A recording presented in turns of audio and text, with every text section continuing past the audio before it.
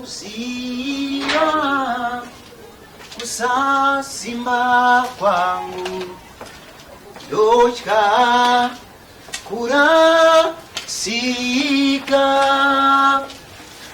Dipa simba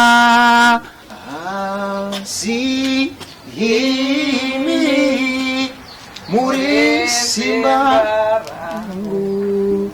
muno dipa mawaya na omwaya mchene magadi yenyu muno omwali tora nyingi mkatu mwana tora nyingi mkatu tora che mpase jo yakachikoka gombo ingokuda neze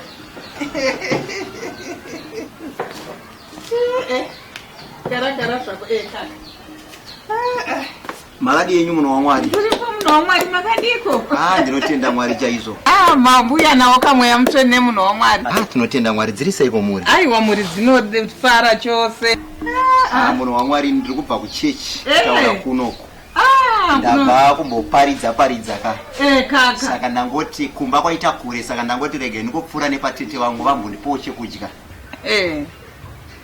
aposo munoziva kuti kubva nezuro pano pane nzara kana ese takamboti bumu kanoma hapana kana chinoshura izvozvi nzara yega kuoma kwazvakaita zvinhu baba vari kutoti dai vabuda zvavo vatouya vatombomhanya kubasa kwavo kuti vambonowana kamari kavo kubasa kwavo Ziri kubamba baba. Mushe. Tinotenda mwari. Ndakusika it's been a long time. Aditi. It's been a long time sandaonana nemi. Ni muri kusimbira wona tindevhukuta. Kuchengetwa. Kuti kudaviri baba. Inyasha za mwari.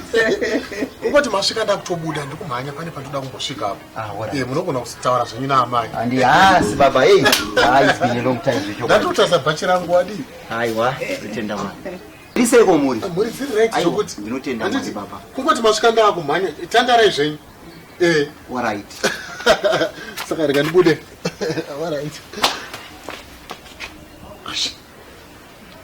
Aisha. Kwenda ndikwanisa bhachi rangu mafuta.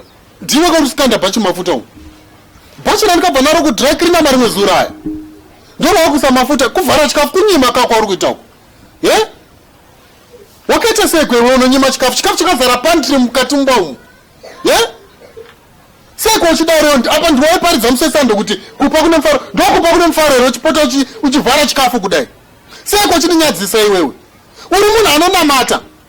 Unofanira kunge uchitodzidzisa rani rese kupa ndiwo waita basa rekunyima uchivhara chikafu kudai so.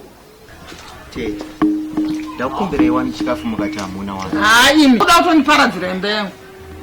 Maziya sei kuti ndindachiisa chikafu chachona ipapa. Kwaseko muchidaro. Baba kana nemiwo ini ndapfuura nepanapa ndichiti rega ndipfuura ndichionawo tete wangu. Asi ndauya ndikakumbira chikafu vakanditi chikafu hapana. Iyo hapana chikafu richichi. Zvine zvani muri kuona zvamakuita poso. Ndezvekuti inini ndisari ndigari kugara nemurume wangu panapa. Aiwa tinogara sei kuchidai so kwe wara chaunonyima ushu. Inini unondinyima zvingani saka. Rendirese nokuziva uri munhu anonamata unodai. Wandinyadzisa. Inga muchitauro zvinoparadza dzimba imi. Haina kunda kuenda musare. Endai. Inyaya kuti tachembedza muda wakazvitawo changoya waenda umba kwenyu nazvo izvo. Mama, komborerwai. Ndinyadzisa. Ngaindieni.